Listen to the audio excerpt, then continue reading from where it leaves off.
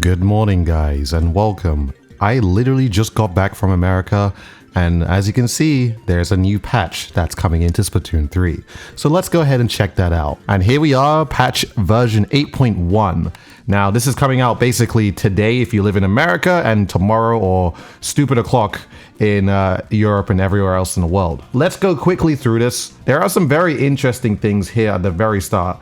It says right here, made it so that when a player opens a Brella canopy, the canopy opens on other players' screens quicker than before. This is to decrease the delay between the canopy opening on the user's screen and the canopy opening on the other player's screen as much as possible. This is actually really good. This is basically talking about, let's just say that you have a Brella shield, you got your Brella shield out, and for some reason, somehow your opponent can still shoot through your Brella and you still die by it, even though you feel like you have the shield out. I feel like this changes to specifically change or fix or make it so that the Brella shield works as intended. So that's actually very, very good. I'm actually looking forward to seeing how that's gonna work when this update goes through. So some other stuff, made it easier to place squid beacons and big bubblers close to elevation differences. Okay, cool. Made it so that the scattered weapons of gear of defeated players vanishes quicker than before. Okay, just basically a few quality of life changes, which is really nice. Made it so that when a swimming player returns to Inkling form and uses a weapon right away, the ink on their body vanishes quicker than before. So this is basically just to make an Inkling or person more visible after they've come out of ink. So it's going to be easier to basically catch people once they've come out of ink, which is, I guess, that's pretty nice. Made it so when the player is moving at the edge of elevation differences, the phenomenon where that player moves back and forth between higher and lower elevation in a short period of time on other player's screen will occur less often. I know for a fact a bunch of us have seen that one before, so it's actually nice to see that they're trying to fix certain things that are just a little weird about Splatoon 3 that didn't really occur too much in the other games, but occurs a lot in this game. So yeah, that's a good change. Made it easier than before to jump while moving along the edge of terrain. Okay, cool. Made it so that when equipping the mint decapitator or charcoal decapitator and holding the ZR button, the sight that indicates where the attack will impact or terminate displays just like when not holding the ZR button. So basically it makes it a little bit easier to use a decapitator, which is cool. So, right. So that was a bunch of quality of life changes. We are now moving on to specifically the weapon changes. Talking about the Aerospray.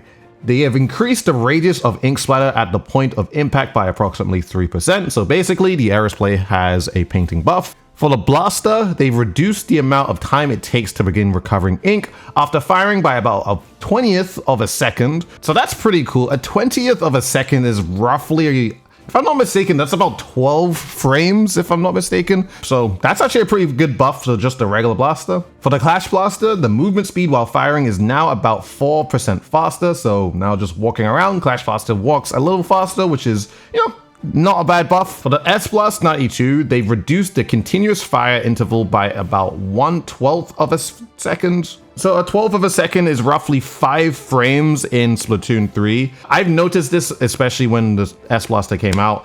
When you shoot and then you hold the firing button and you continue to shoot, it usually is a little bit slower. And I didn't exactly know why it was like that, because every single time you would jump and shoot or jump and then let go and then shoot again, the firing intervals would be a little bit quicker in comparison to just holding down the ZR button. So basically, this is basically just a fix for that, making it 5 frames faster basically to catch up to that. So interesting change. For the Carbon Roller, they have adjusted the damage fall-off rate based on distance for horizontal swings, allowing it to deal 50 damage to 100 damage farther than it did before, and slightly expanded the vertical swings collision detection with players to make it easier to hit opponents. So that's very, very good. So basically, it just makes Carbon Roller overall more consistent with its horizontal and vertical flick.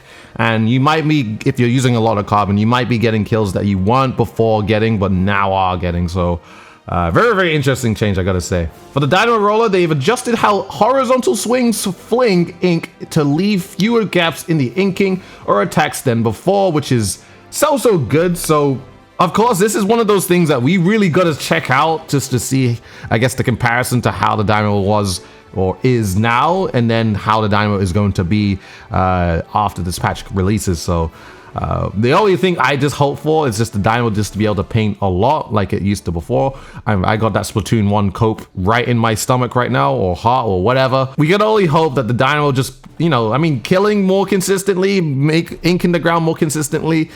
That is all the Dynamo really needs, and that's something I would love to see too. For the big swing roller, they've increased the damage horizontal swings, deals distant opponents from 35 to 40 damage. There is no change to the damage at distance that deal 50 damage or higher. So the horizontal swing is basically going to do a little bit more for the big swing roller at a certain distance. So that's really, really good. I don't know if it's going to move people to use the big swing more, but I mean, it's a buff is a buff, right? For the Inkbrush, they slightly expanded the collision detection with players for the ink flung when swinging the brush, making it easier to hit opponents. So yeah, basically Inkbrush and Octobrush, because it has the exact same change, it just makes it so that when you're swinging the thing, it is a lot easier to hit people. Very, very cool. For the Douser Dualies, they've reduced the amount of ink consumed when firing by approximately 14%, so it's going to be so much more ink efficient. They've also reduced the amount of ink consumed by a dodge roll from 12% of the ink tent to 10%, so overall Dousers are just going to be a little bit more ink efficient, which is always nice to see. For the recycled Brella, they have reduced the time required for canopies lost by being launched or broken by an opponent to recover by 1/3 of a second quicker than before. Huge, actually. I mean, I'd love to see how that's going to change it. Like, is it going to be like a thing where it's like instant, like you just literally be able to shoot your shields over and over again, which honestly, that is exactly what the recycled Brella needs, because right now it's just like you shoot it out and then of course it comes out still fairly fast, faster than any other Brella in the game. But still, it's just such a weak shield, so I feel like if you could shoot like several shields out of this one weapon, it'll be a very, very cool weapon to use if it could work like that. So we gotta see how that one works when the patch comes out, and let's just see how it goes, really. And now moving on to the special weapons. So for the Reefslider, they've increased the radius of explosion area that deals 70 damage by about 10%, and they've also decreased the radius of Inkbrush from an explosion by about 5%. So from what I'm looking at from this specific change, they're trying to make it so that the Reefslider does not do the splat zones cheese or try to prevent it from doing the splat zones cheese, but making it stronger so that it's more of a killing initiation tool than what I guess compared to what it was before. So I like that change. It just makes it so that you are now more required to not mindlessly use it just on the zone. You're gonna actually have to plan out where you're gonna shoot it and actually try your best to even like hit the opponents, which should be a little bit easier now. So that's actually very, very cool. For the Ink Vac, they've made it so that when the ink shot impacts a wall, the explosion will also ink nearby ground. Made it so that when the ink shot impacts the ground, the explosion will also ink the nearby wall. So I wonder how, I mean, I don't know how that's going to really affect the Ink Vac at all. We got to see like how much it really inks, whether it be the wall or the ground. I'm not too sure how to think about that, but I'm pretty sure, I feel like that change might be a little significant, so that's cool. For the Super Chump, they've reduced the time between decoys falling and exploding from 4 seconds to 3.5 seconds. So Super Chumps are just going to explode much quicker than before, which is nice. For the Trizooka, they decreased the damage dealt to big bubblers specifically to about 67% of what it was before. So basically, there's a big bubbler buff, making it so it's more sturdy against a Trizooka.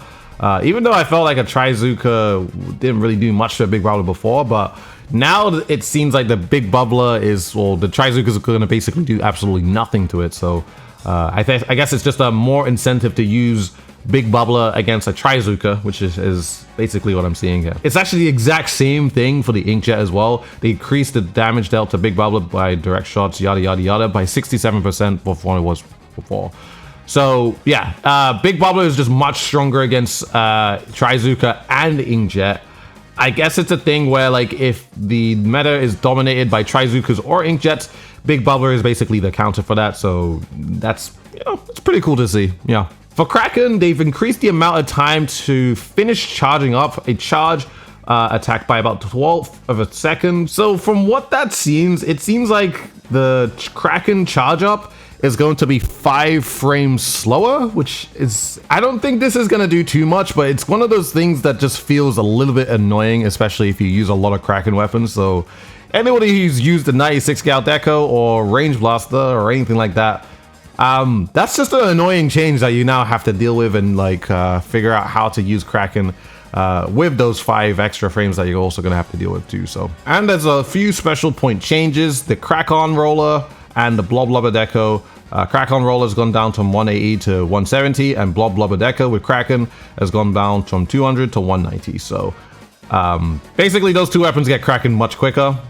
I don't really think it's going to change much. Either way, there's a few quality of life changes that you guys are free to look at in the description below, because I'll put them in there. But yeah, no, the devs also basically like talk about why they've done a lot of these changes. I think the most interesting thing out of all of this is probably the Reefslider one. So it basically prevents the Reefslider from doing the Swipe Zones cheese, which I guess is necessary, I would say. And the Brella buffs is, I guess, one of the interesting things that's been changed too. Like now it not being, or hopefully not being, where it's like you use your shield and you're still getting shot by it, or shot by something from the other side. So I'm really hoping for these Brellas to be stronger than before.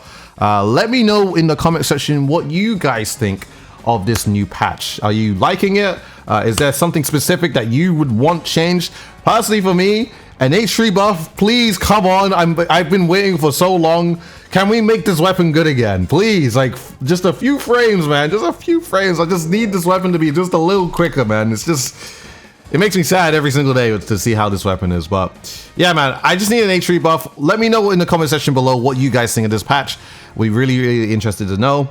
And yeah, that's all I gotta say, guys. Hope you guys enjoyed the video, and I shall see you guys in the future one.